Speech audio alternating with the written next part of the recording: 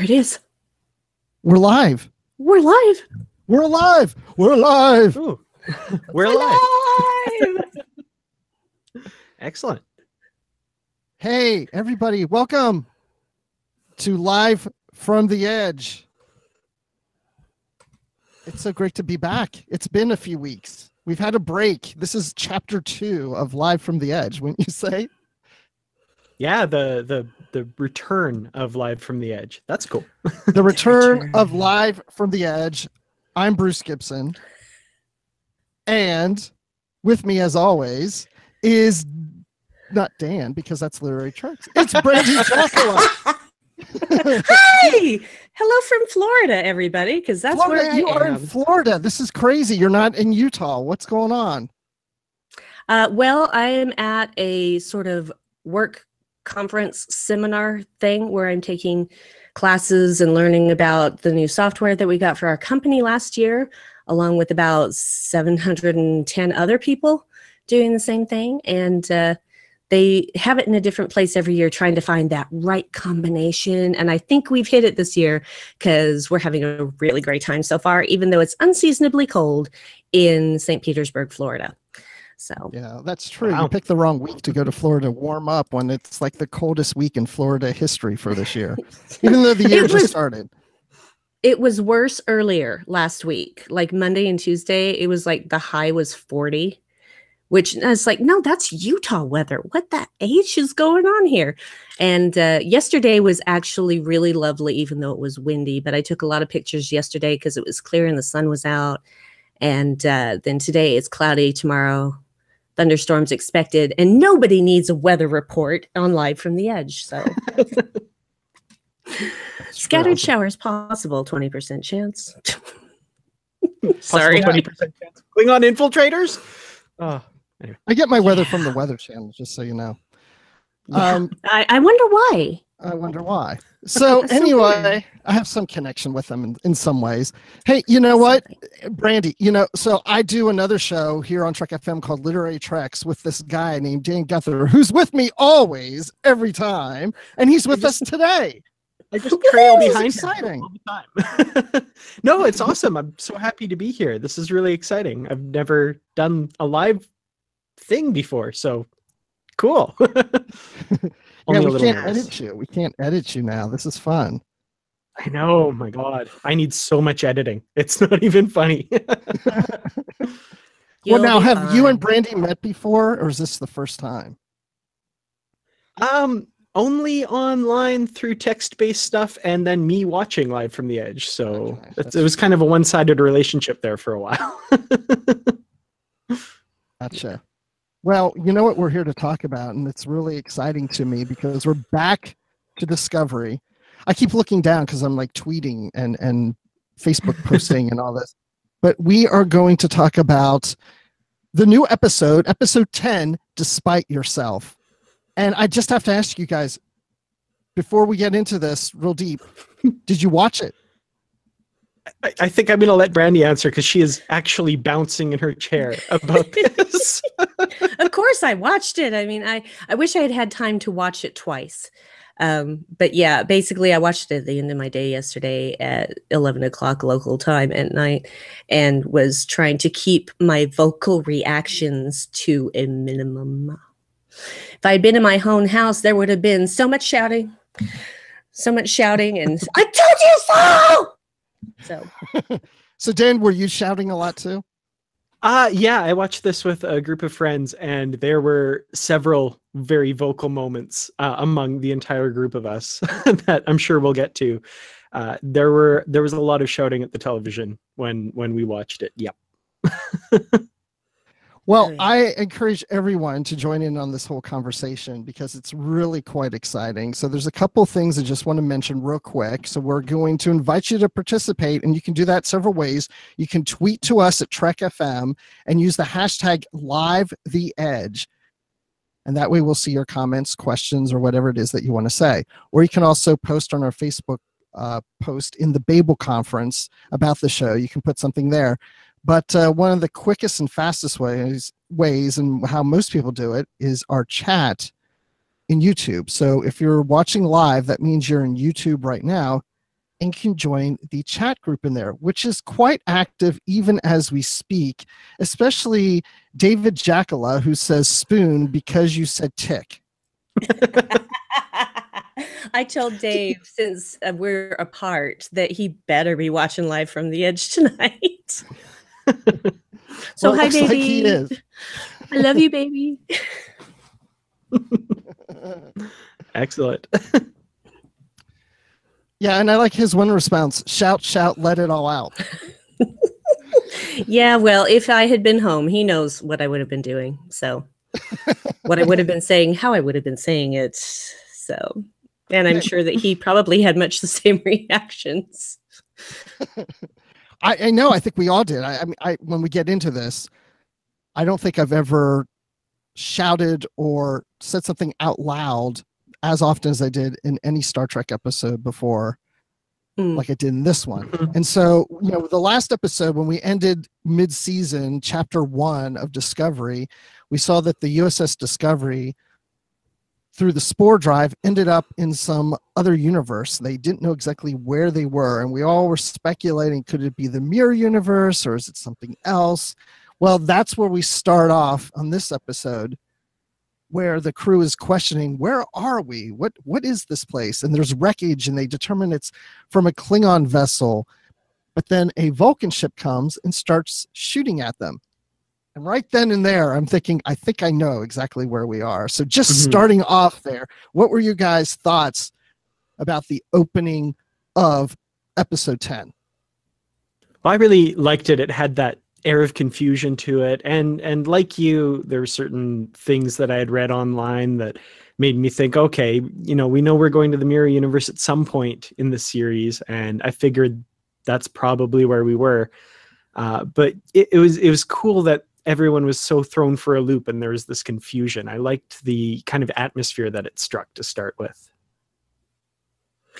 Yeah, I agree. I also felt like I couldn't tell, honestly, if Lorca expected to end up where they were, or if he was just as surprised and confused as everybody else. And we will, of course, talk more about that later. But yeah, when I saw the Vulcan ship show up and they started firing, I'm like, yep, it is the mirror universe. Because well, is that something? Did you want to see the mirror universe, or are you disappointed? What'd you think of that? You know what? I didn't have really very strong feelings one way or the other. I figured, oh, well, all the rumors are that there's going to be a mirror universe episode. Jonathan Frakes basically told everyone there was going to be a mirror episode. I mean, he hinted strongly, but well, he did. But didn't he say there's a mirror episode coming up, but it wasn't his? I remember him saying that. Did he? Yeah, because he lied. Yeah, he definitely lied there. Well, he is an actor. That's what you do for a living. You pretend to be somebody else and you lie. Well, he's like, oh, I messed up. I wasn't supposed to say anything. Oh, there's a mirror universe, but it's not mine. Yeah. No, not mine. Troy standing there just like, Will. Yeah. It's it was fine with me. I just wondered, I thought, well, maybe they'll take it in a different direction and it'll be a different mirror universe. And once the Vulcan ship showed up, I was like, yeah, it's not a different mirror universe. And of course, that's confirmed later when they start talking about the USS Defiant, which made me squee. And yay, continuity. Yes, well, and not only that, but I just recently finished my Star Trek Enterprise rewatch and In a Mirror Darkly, parts 1 and 2. If you haven't seen it, you really should. So required viewing, especially for this episode now. Yeah. Yes, and I really appreciated how they presented things in those 2 episodes of Enterprise. So yeah, I had a squee moment. I'm like, oh yeah, now it's definitely that mirror universe, not just a mirror universe, but that. We have Becky 2010 Able that says, get out of the mirror universe ASAP. She is not happy. She does not want them in the mirror universe. So I can see where a lot of people aren't going to be happy, because at the same time, in the original series, And in later series, it was presented as if the first contact with the mirror universe was Kirk and crew, but now we're seeing there was contact prior to that. Is this a violation of canon? I don't think it's a violation of canon. I'm hoping they'll explain it some way. I don't know. Well, when you're dealing with quantum realities, which is basically what mirror universes are, time is not a constant. So, and we all know that time is not a constant. So to me, especially when dealing with the spore drive and the things that the spore drive can do, and how they had always suspected that the mycelium network extended into other universes, I don't really have a problem with this seemingly obvious continuity problem, because I know the writers are smarter than that, and so they are going to have some kind of an explanation. They didn't just throw this stuff in there for fan service. There's a reason for it, and we're going to find out what that reason is, I hope. I don't think they'll keep us in the dark for a ton of episodes, but I also feel like, please, let's not have this be the last 6 episodes of this season all in the mirror universe, because that is difficult, I think. Well, my wife was just asking me that before we got on the show. She says, how long do you think they're going to stay in the mirror universe? And I said, well, these half seasons, so to speak, are playing as chapters. So I'm kind of leaning towards they might stay in the mirror universe for a full chapter, this chapter 2. So it could be all the way to the end of the season, especially with the cost involved in making all these costumes. They want to make that buck go pretty far. So I have a feeling we might be here for at least 4 or 5 episodes, if not more. Can we talk about those costumes for a minute? Because those are incredible. Yeah. Like I already want to cosplay as I mean, there's no way that I could make Captain Tilly. I mean, Killy. Oh my God. Yeah, Captain Tilly. Tilly. I enjoyed Captain Tilly very much. I expect to see more than a few of those in Vegas this year at the convention. That's my guess. That's my prediction. If I could go this year, which I can't, but if I could, I'd be rocking that Captain Tilly, because I am a curvy girl. And I was originally a redhead before I had to dye my hair black and become all dark and mysterious. But yeah, I would totally make that costume, or find someone who could make it for me if I wasn't capable myself. But yeah, it's like, oh yeah, that's my girl. I want to be that. I just have to say, like, shout out to Saru and his delivery of that line, Captain Killy. Oh, that's not very clever. Like, true, yeah. Saru is Sheldon Cooper from The Big Bang Theory, is he not? Like, he's just totally Sheldon. Well, that's not very clever. It was just perfect. Well, he does have social anxiety, so that fits. Yeah, it works. It does. Well, I mean, I just think, the costumes are great. I love that they changed their insignias, their badges to the mirror universe ones. Those are pretty cool. That they went and they got that Klingon Delta.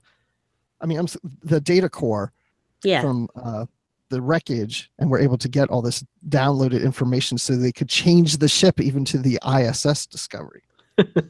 Yeah, I like which is fun. That's cool. I like what do they call them? The bees. I like the bees out there repainting. The worker bees, yeah. Yep. Worker bees, so cute. I'm like, yep, that is the right way to do that, because when you're in enemy territory, dress like the enemy. And QMX, they're going to be selling those little badges, right? Because they better. I want one. Right? Gosh, I mean, you can even get the patch for the Mirror Universe Enterprise uniforms from Star Trek Enterprise. You can get that patch and I'm just like, if you can't get the badges, then why do you do merchandising at all? So I bet we'll see those in the very near future. It's like anything that is worn by these characters are going to be sold, like, you know, the badges and any patches, if anything, and jackets, maybe even disco shirts. Oh wait, that's already happened. I know, I'm still waiting on my disco shirt. It's on back order. It's taking forever. It's supposed to be later this I'm jealous week. of the disco shirt. Yeah, well, you know, mine, We need to get you one. they're great. They're so soft.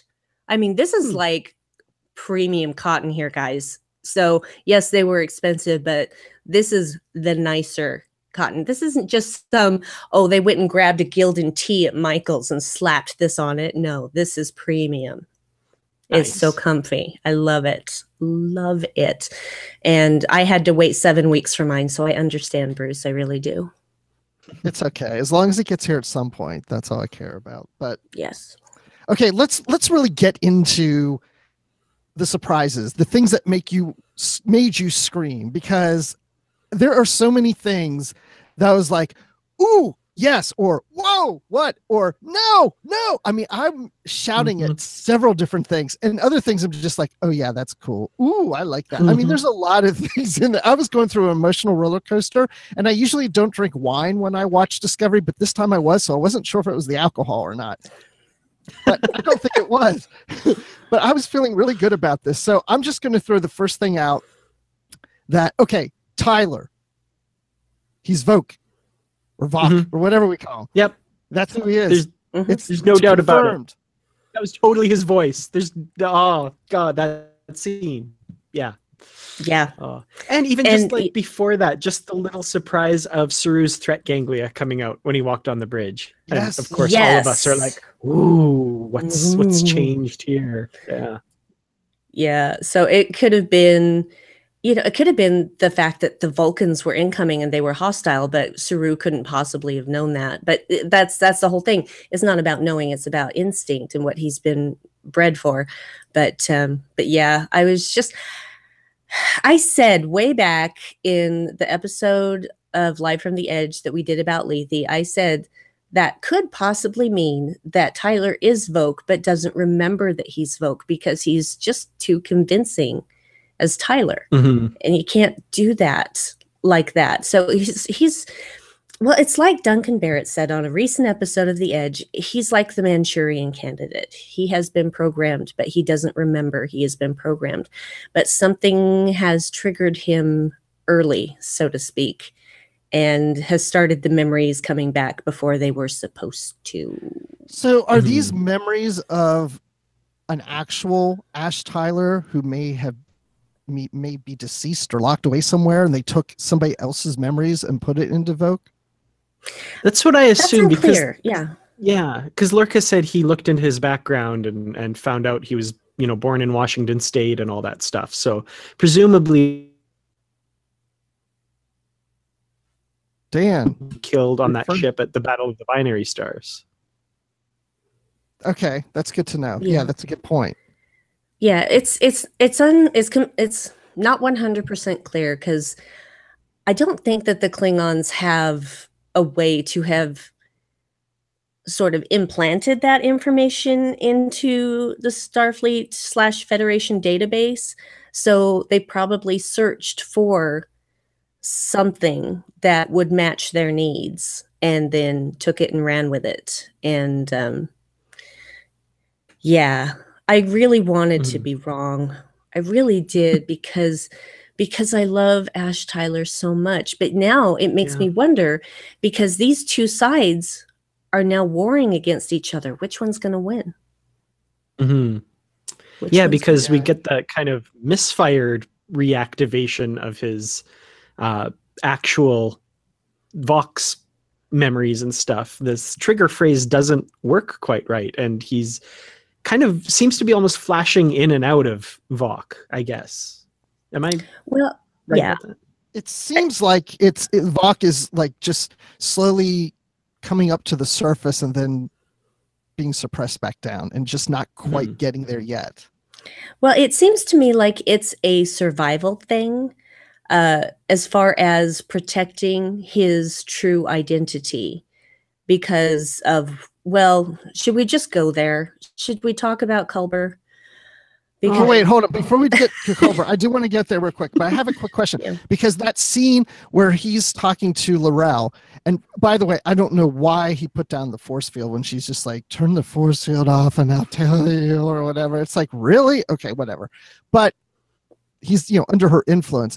But then at that, she's surprised that he doesn't remember who he is. And I tried to catch the line a couple times and I can't get it. What does she say to him when she says something should make you remember?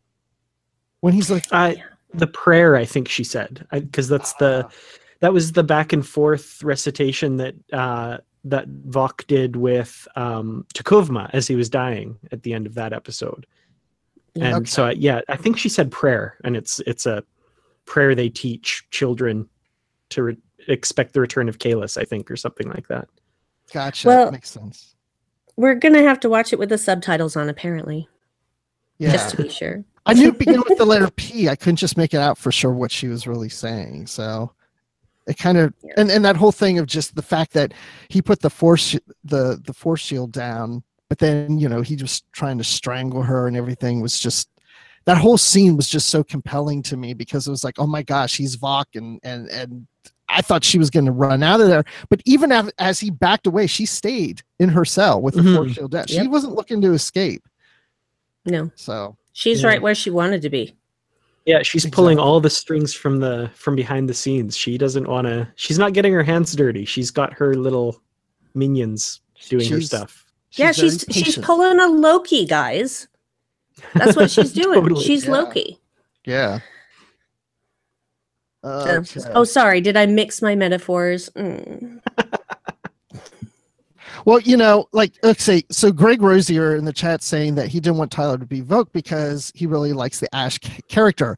I do too, and I'm disappointed. But before we're just talking about how, Ash Tyler could be a real character somewhere else, whose personality was put into Vok. Vok could die or whatever, go away, and the real Ash Tyler comes back later. Ooh, surprise season 2 reveal. Calling it now. and then Michael's all happy, but he doesn't have the same connection to her because he's not her Ash Tyler. Right. It'd be a little different. Yeah. I do have to say that my husband is psychic because I wasn't even looking at the chat and he also said she's doing a Loki. So 2,000 miles, baby. It can't break our connection. Yeah.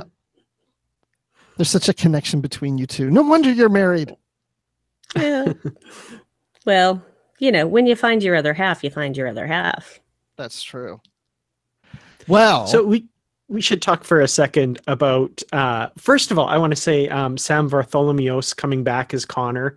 I really liked him. He had a small part in that first 2 episodes, but he's back as the captain of the Shenzhou and then gets a really cool fight scene with Burnham in the turbo lift. And of course, but it was a really good scene. I love that scene. I love it. And just the ingenuity of it. Because it could have just been your regular knockdown, drag out fight, but Michael Burnham ain't your usual fighter. So, yeah, when she kicked out that panel and turned off the gravity for a few seconds, I'm just like, oh yeah, that was cool. Yeah, that was cool. Yeah, I like it. And Jonathan Frakes, his directing in this episode, like that's a lot of that's down to the director. And Jonathan Frakes, I got a picture of him behind me. My man. I loved that guy. So great directing of this episode. He loves you too. He loves you too. I can tell in the I'd picture. like to think so.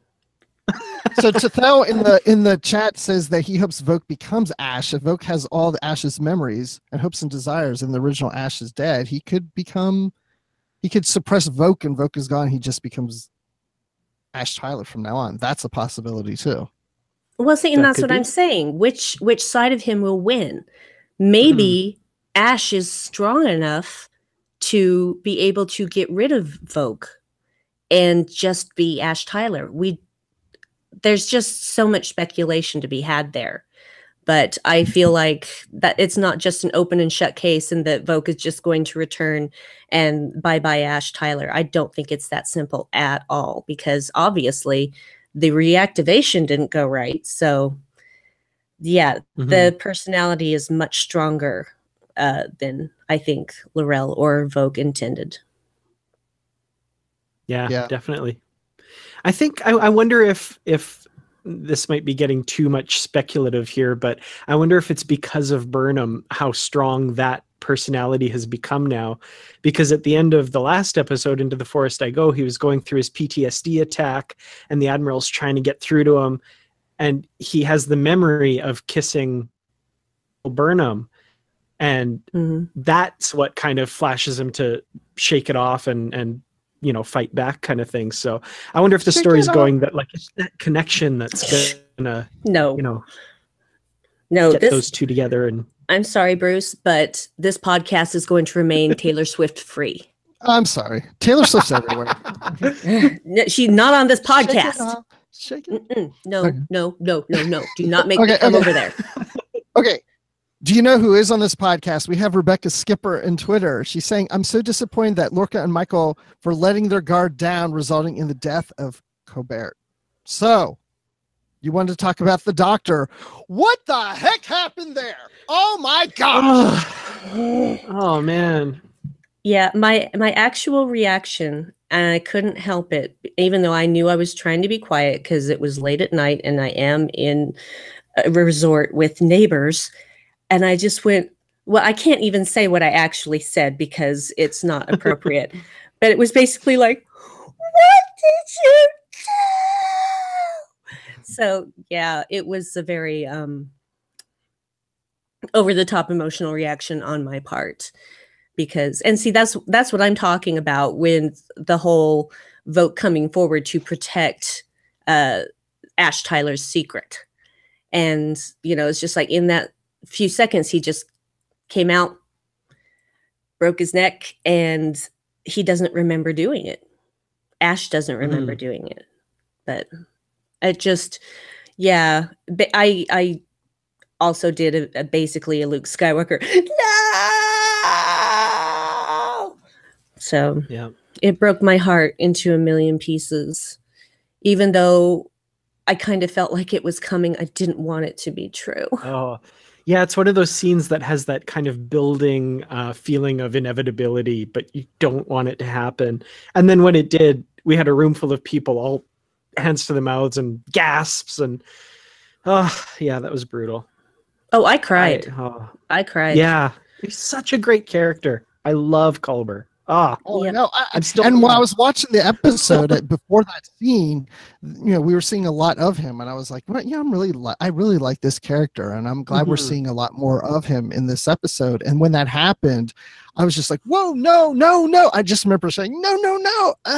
And then I've rewatched the episode, and it's worse the second time because it's coming, and I'm like, I start breaking up, just like, oh my gosh, it's coming. No. Don't do it. But yeah.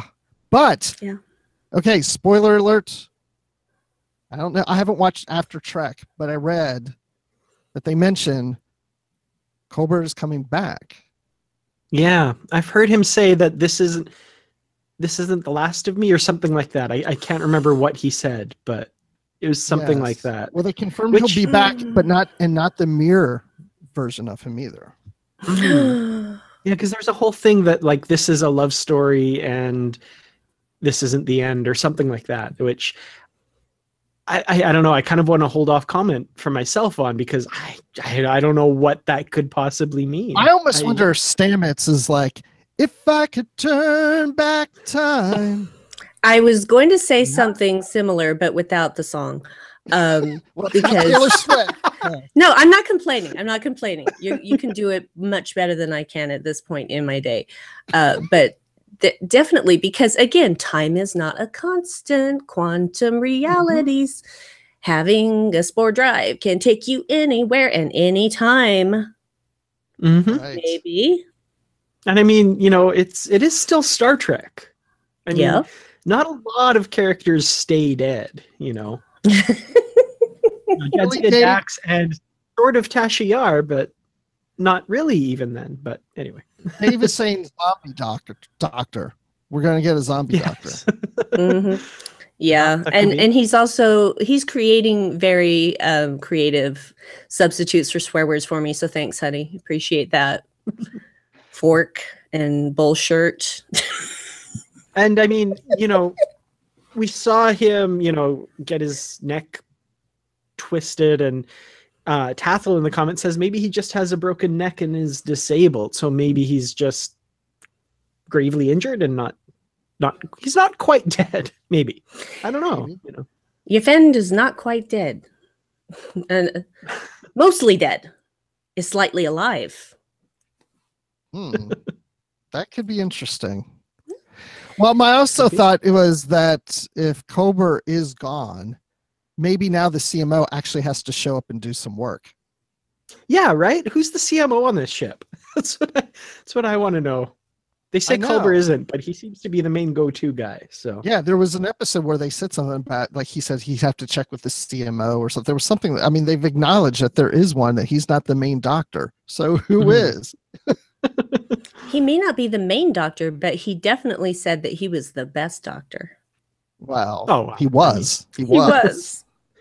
Oh, no. Okay.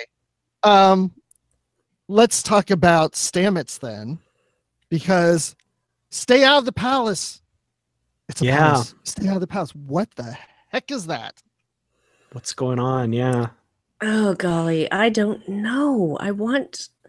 I haven't had enough time to really ruminate about that specifically because my head has been filled with a lot of information today and it's not Star Trek stuff. So I feel like I'm like right on the cusp of understanding what that may mean, but I haven't quite grasped it yet. Haven't gotten my claws into it. Well, so I think there's something there. I just don't know what it is. My claws are wondering if it's the Emperor. They seem to not know who that is, and the Emperor may live in a palace, or actually even guess. Chris in chat just said that too. Yeah, and that was kind of my guess. I don't know if I'm being too literal with that, but they did bring up the Emperor enough times and danced around their identity that I feel like it's going to be someone. And well, I hope it's someone. Well, someone we we know. know. So who do you think it might be? Is it Kirk? No, no. I don't think it's Kirk. He would be. I know who it is. Do you know? Because I have a theory. I do too. I'm curious. Okay. Come on, do it. They were very careful not to establish any kind of gender pronoun. They kept saying, right when you would expect they said he, they said the Emperor again. I think it's Giorgio. That's what I was going to say. Yes. Mm-hmm. Yes. Yeah. Oh, she would be so good. She would be so good. It has to be. So good. Because she's not on this. She's not on the ship, but she's on the Senjo in the Mirror universe. So. Yeah. Oh, but then Burnham has to betray her again. Oh. Yes. And Saru will go, Burnham, don't ruin it again.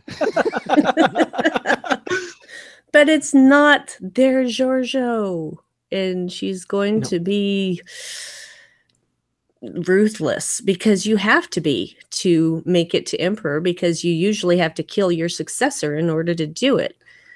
Anyway. She's a crouching tiger, hidden dragon coming up. Yeah. Oh, she can totally pull it off. Michelle Yeoh can do anything. This I know, but I think, why else would they be so careful about not using a male or female pronoun? Mm-hmm. And that was my thought too, especially watching it the second time. I was like, oh yeah, definitely. Yes. That's my prediction anyway. Yeah, and of course Dave says that this is the leading fan theory that he's read. So oh good, because I haven't read any fan theories yet. I haven't had time to read anything. Yeah. So I've tried to kind of steer clear, but a few things have been popping up on my feed. Yeah, it's I basically haven't had time to check anything today because it's just been classes, classes, classes, feed my face, classes, classes, classes, feed my face. And so I haven't looked at anything at all. Okay, Which so I'm for the writing best. this down. This is a good title for this episode. Classes, classes, classes, feed my face.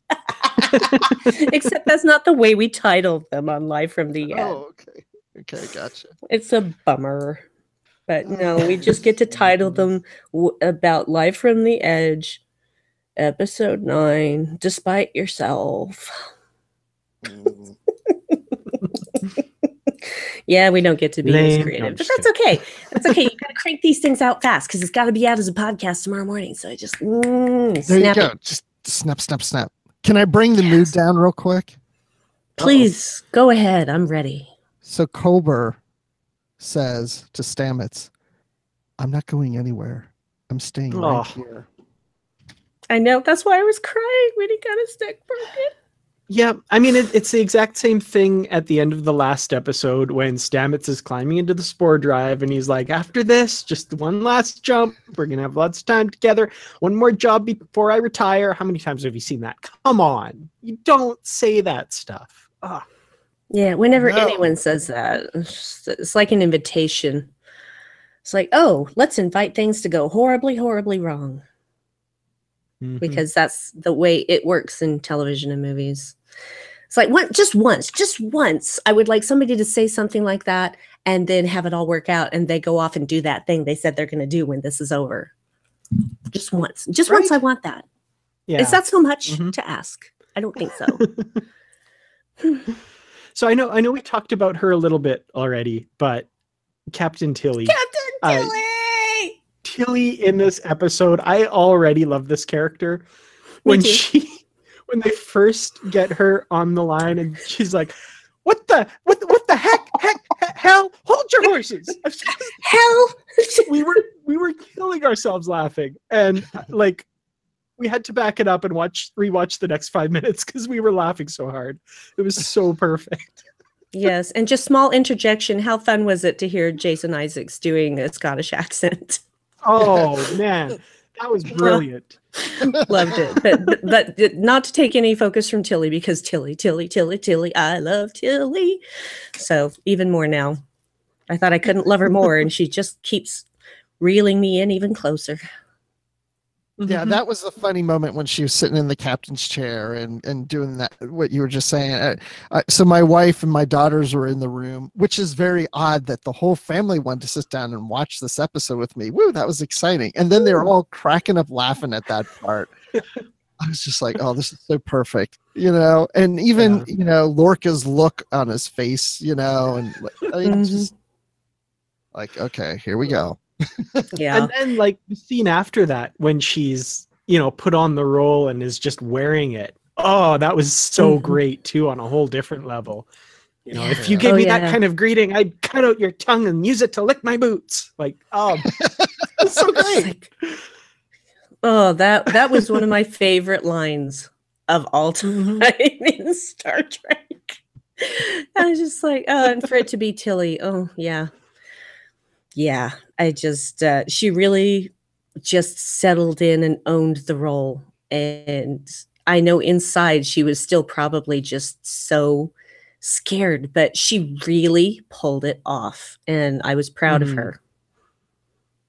Really proud of her. And I think a good chunk of her, what did she say, 40%, 60%?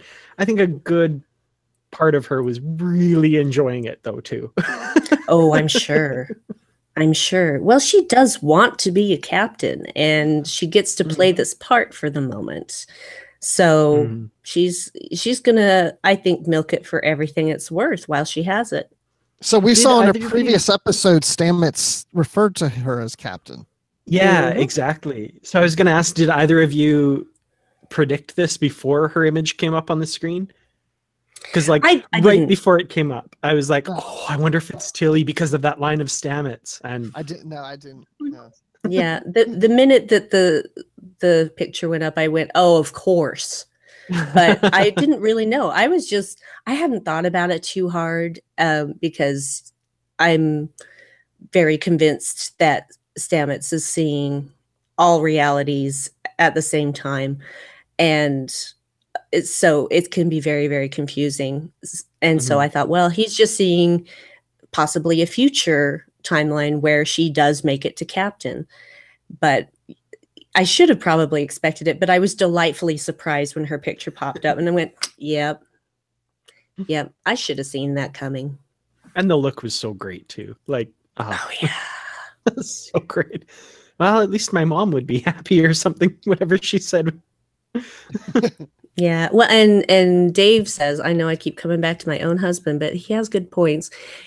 He said that their confidence is to mask their fear. Great advice. And I loved the identification that the people from the Terran Empire are so horrible and they act out with such malice to anything other because of fear. And, you see that so often that, to me anyway, the most, bigoted people and people that respond with that sort of hate, it's all from fear. And they're cowering from, just paralyzing fear of the other. And I love the identification that that's the root of that. So that was nice little, yeah, that's right. Well, and I kind of look at this mirror universe, especially, okay, again, I'm sorry, guys. I'm going to bring Enterprise into this. After finishing my rewatch of Enterprise, the last two episodes before the actual series finale are about an organization called Terra Prime or Earth First or Make America Great Again, whatever you want to call it. And this to me is the future of if those people had won, if those people had gotten rid of all of the aliens from the Earth, from the solar system, etc., and become, everybody that aren't xenophobic. They're controlled by the people who are. So Earth must be a terrible place in that mirror universe. It just breaks my heart. But that's the future that happened had the people from the Terra Prime organization come out on top. And yeah, that makes a lot of sense. it's just it was such a horrifying parallel, not only to the events that led to World War II, but to events that are happening today. And those episodes were really hard on me because of the context that I have right now going on around me. And so, and to see that in this mirror universe and know that that is possibly what the outcome of this is, it makes me feel kind of sick inside. Yeah. I mean, it's sad that like every generation or every, like for however many years back, there's stories about stuff like that and they're all still relevant and they continue to be relevant. And it's heartbreaking that it is. That stuff is still relevant. It is amazing how many episodes of the original series you can watch and say, oh, that still applies today. Oh, that's still going on. Absolutely. Crazy. Yeah.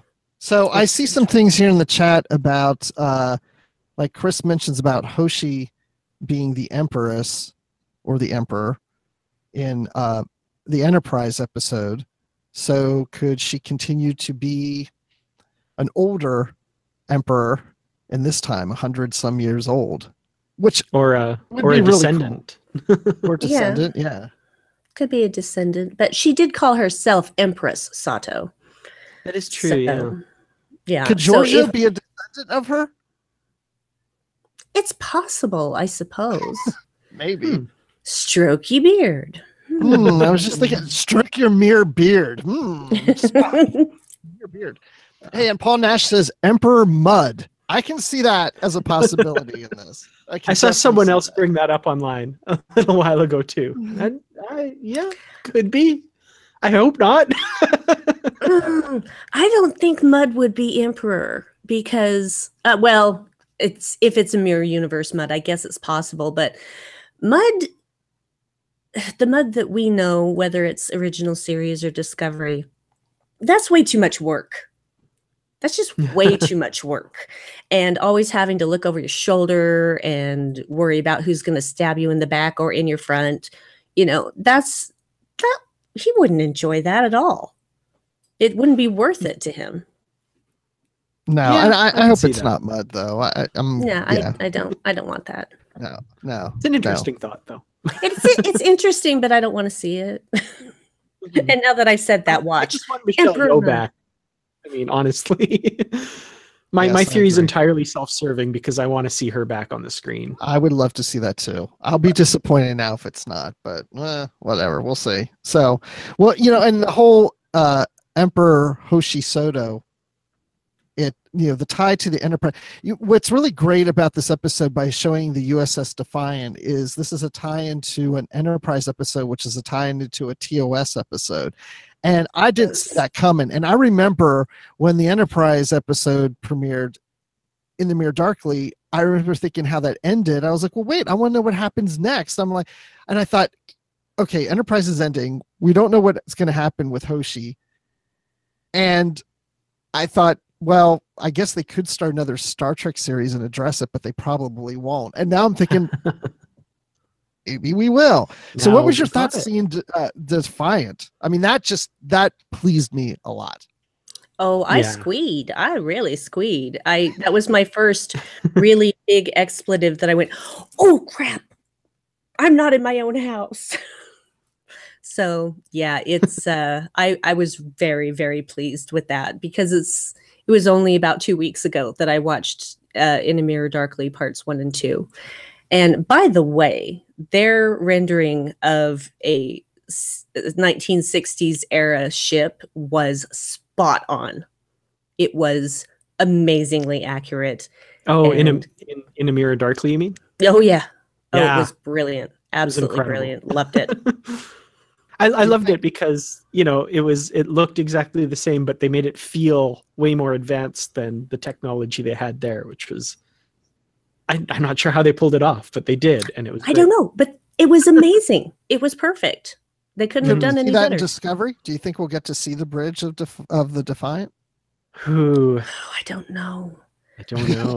See, now I was thrilled when they brought that in. They're like, oh, the Defiant, and they showed the little wireframe, and I was absolutely thrilled.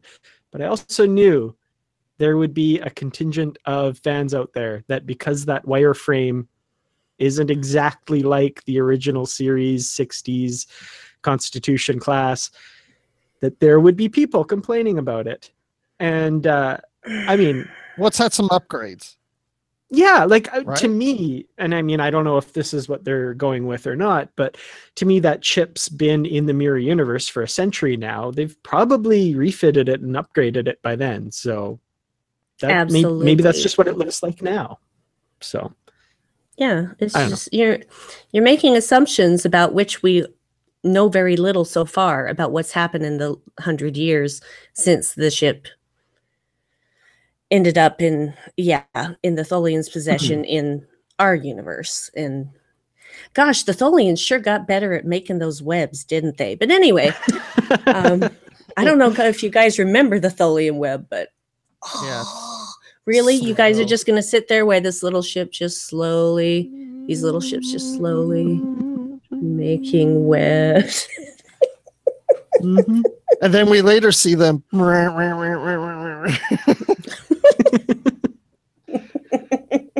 Yeah, great visuals for the listeners who are listening to this. Oh yeah, see, this is why you have to watch this live. The video is so much better. Mm-hmm. Because right now, if you're listening to this on a podcast, you're not seeing me do this right now. Which you don't have any idea what it is that I'm doing. That's so rude, Bruce. Don't do that. Yeah, I mean, I'm offended as a woman, as an adult, as a human. How dare you? Okay, anybody who's listening, I wasn't doing anything bad, so don't. Of course you wasn't. I don't want to very convincing. Emails. Nobody emails me, and I don't want now to be the time that you email me. No, please don't email Bruce. He didn't do anything. I was just acting. Yes. Acting. You are theater. So we should talk a little bit about Lorca, because as we know from the end of the last episode, the whole thing that went wrong with the spore drive jump, whether or not it's what he intended to have happen, he did it, right? Because he put in the coordinates unknown or override Lorca G thing, and that's how they ended up where they are. What do you think is going on with this guy? Like, what was his intent?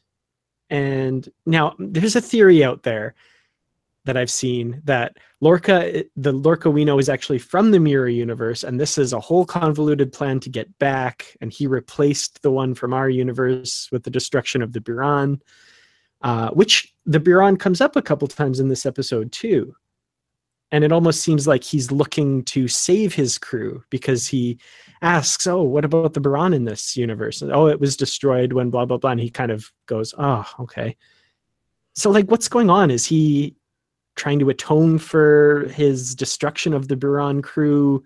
Or, I don't know. Like, any thoughts on this guy? I had a theory about him being from the mirror universe, earlier in the season. Yes. And I was really watching him in this episode, and I just didn't get the sense that he's playing us. Like, I would think that Jason Isaacs would have portrayed it with a little hints, like they've been doing with Tyler and Vogue, where it's like, yep, little hints there. He's probably Vogue. I would think that there'd be a little more hints in his reactions to things, as if like, oh, he seemed to be a little too confident about this, or he seemed to know a little bit too much about this than he should have, or something like it. And I didn't pick that up. And then I don't really, and I have to think about this for a while, which I haven't done, but if he was from the mirror universe and killed Burnham, why would he go to the Prime universe and find Burnham and bring them to his universe? Like, I'm not really sure what his motivation and his plan would be behind that. I'd have to think about that for a while. So right now I'm leaning towards no. Yeah, and I feel the same way, because I feel that people can be really great at deception, but I don't know if he's good enough to make everybody believe that he is just as surprised as they are to find themselves in another universe. And he didn't seem in any way happy about it. Seem being the key word there.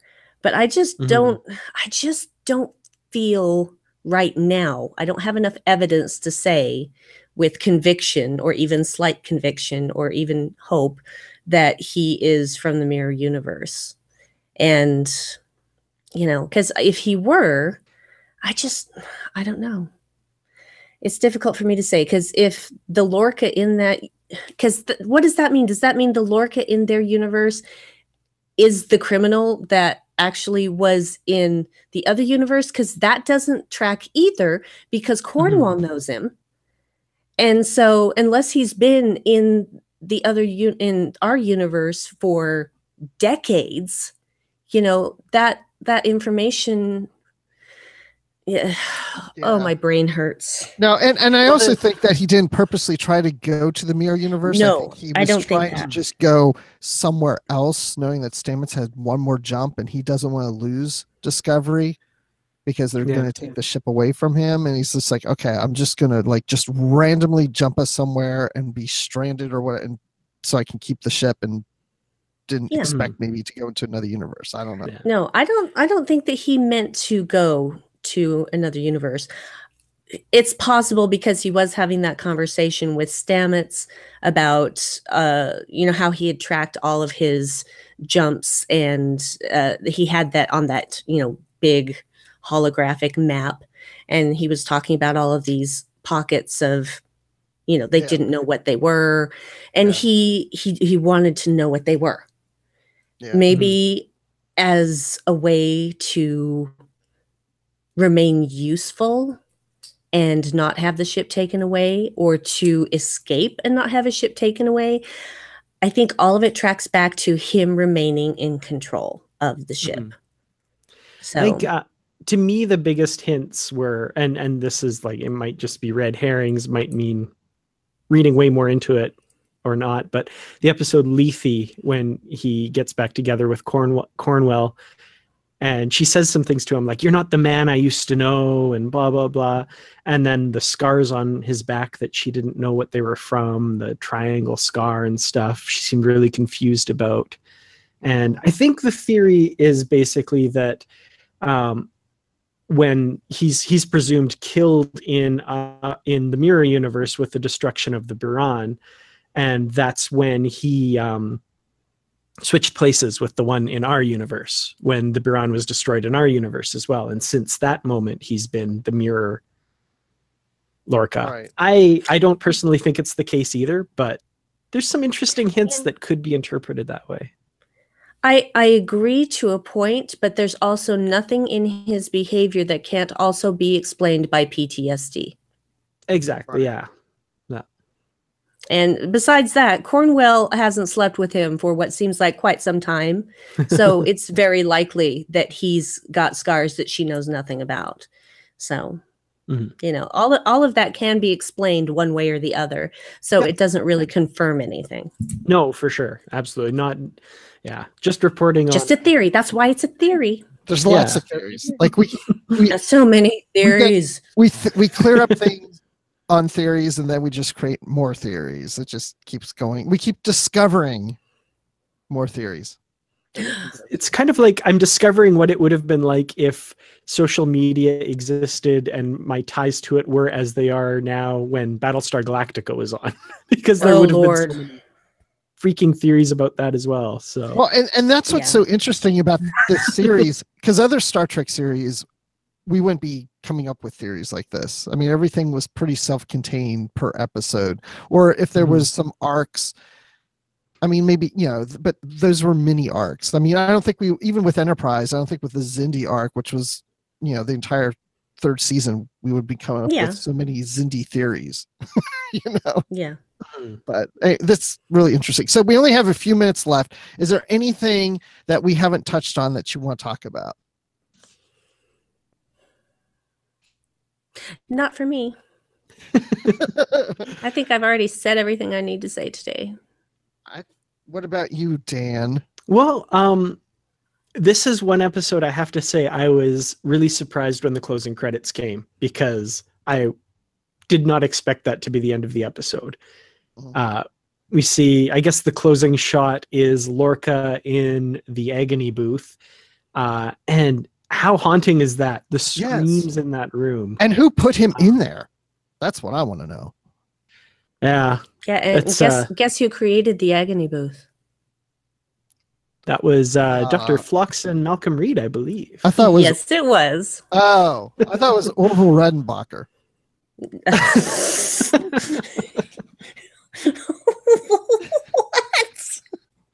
Well, I figured he made something that, you know, tried to pop popcorn, and then it, you know, was reconfigured into an agony booth.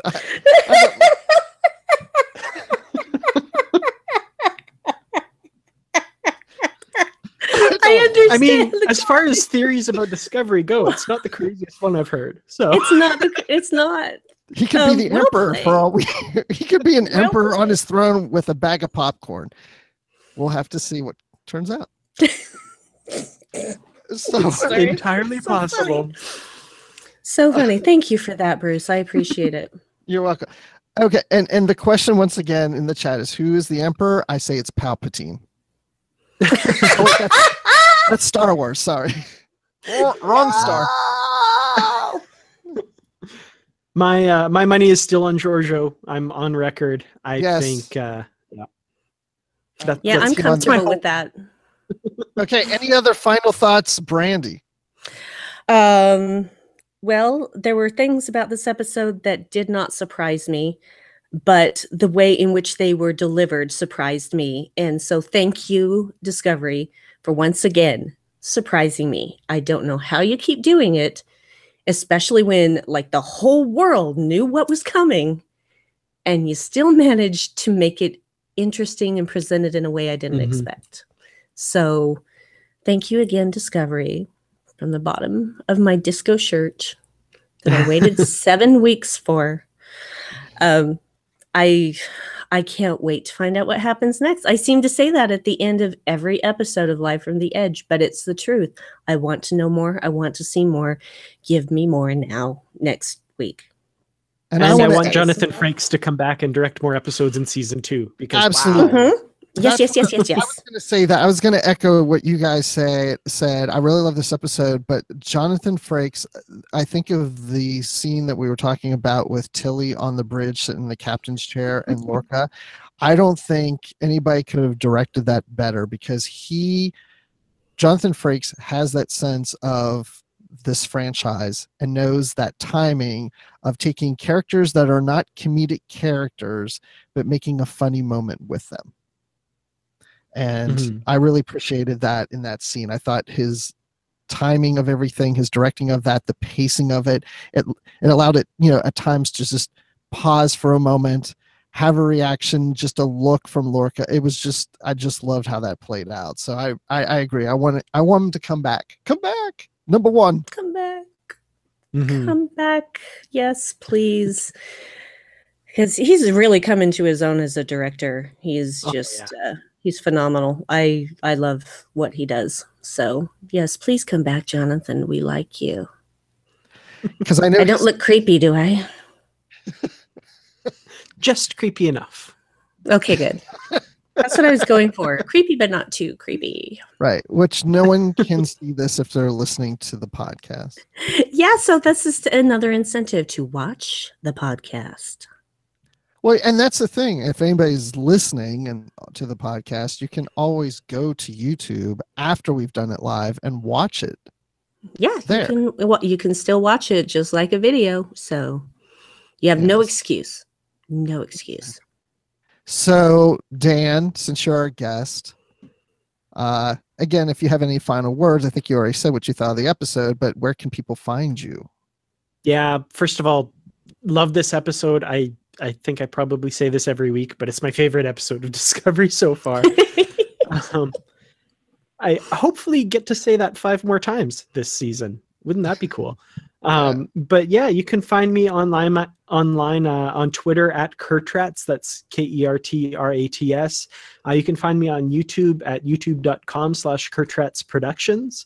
On Facebook at facebook.com/KurtratsProductions. And of course, hosting Literary Treks, Trek FM's books and comics show with the wonderful Bruce Gibson. Almost every week. We take a week off every 4 weeks talking about books and comics on the network. Yes, we do, because we need time to recover from reading so many books. We need some time to spend with our families and friends and such. So, and to talk about more Discovery. And Brandi, where can people find you?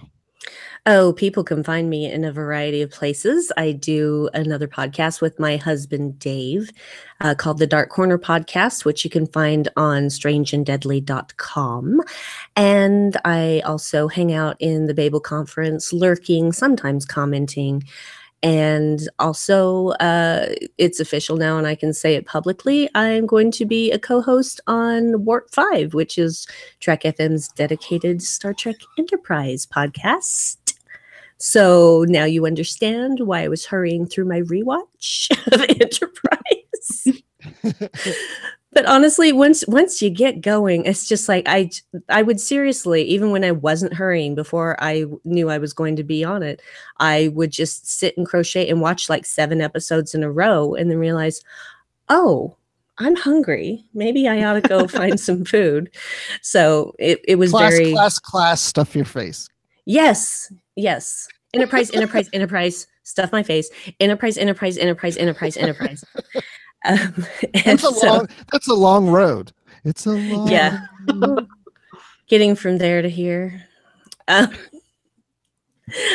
Anyway, so yeah, I'm really excited about that. So keep an eye out for that episode, which will be episode 130, Meet the Hosts. And Patrick Devlin, who was our very first guest on Live from the Edge, is also going to be a co-host. So it's going to be me and Patrick and Brandon Shamatella, and I am really looking forward to it. And also, you can find me on Twitter at BrandyWine12. That's Brandy with an I.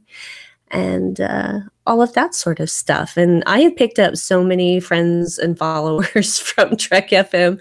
hi, all of my friends and followers that have just jumped on this ship recently. Love you guys. So, Bruce, when you're not presenting wild fan theories as fact, no, I'm kidding. Yeah, because I'm sure that Orville Redenbacher thing is a wild fan theory from you. It was great. I loved it. So where can people find you, dear Bruce? Well, when I'm not popping popcorn, you can find me on Twitter at Admiral_Rex. And you can find me with Dan, as he mentioned, on Literary Treks here on Trek FM. And you can also find me talking Star Wars on the Star Wars Report podcast. So check that out. And of course, I'm always in the Babel Conference and here on Live from the Edge too. Woohoo! So, we have this little closing thing that we do that Brandi loves to read. And so I do. This is her moment. Ladies and gentlemen, may I present the closing? Yes. Well, hello, y'all. Hi. I want you to be sure to check out our Discovery coverage throughout the week because Live from the Edge airs on Mondays at 9 p.m. Eastern, and it will be released as a podcast on Tuesday morning, folks. Our commentary will be available as Tracks from the Edge with Mike Schindler on Wednesdays, and we'll discuss your feedback on Postcards from the Edge on Thursday with the wonderful Miss Amy Nelson. We have finally met in person. It was delightful. And you can catch the full analysis on the Edge on the main show Fridays. And then to wrap up this whole week, you can join us for Notes from the Edge on Saturday with our own Chris Jones for links between Discovery and the broader franchise. Now, we would love to hear your thoughts on Discovery, and the best place to do that is the Babel Conference, the aforementioned Babel Conference, which is our listeners group on Facebook, and that's where Amy collects all your feedback for Postcards from the Edge. And you can find us on Twitter at Trek FM or send us an email. I know you can send a whole email. Use the contact form on our website at trek.fm/contact. Choose to send to a show and choose the Edge.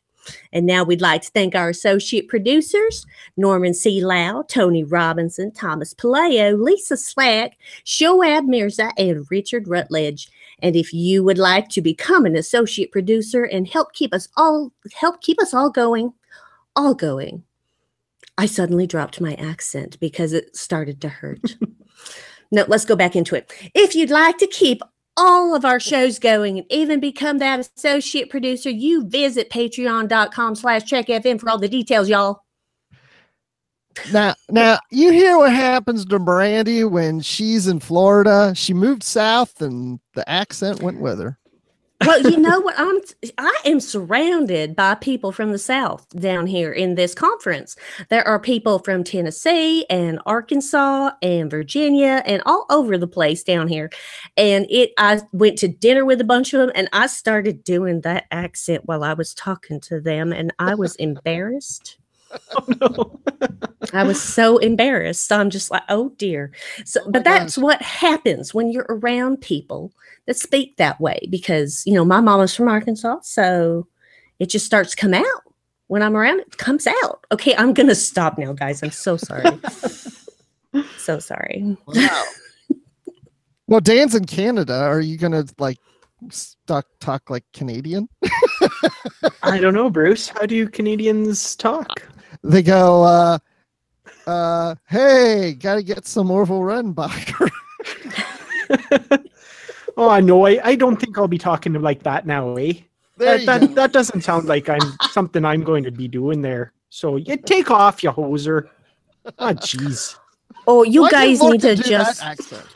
No, oh, that would have been great to hear Lorca do that. Mine is sort of more of a Minnesota, because I don't really do Canada, but I can do Minnesota, St. Paul area sort of thing. Yeah, it's all good. I just need to rewatch Fargo to kind of. I know. That's one of my favorite lines is Prowler needs to jump.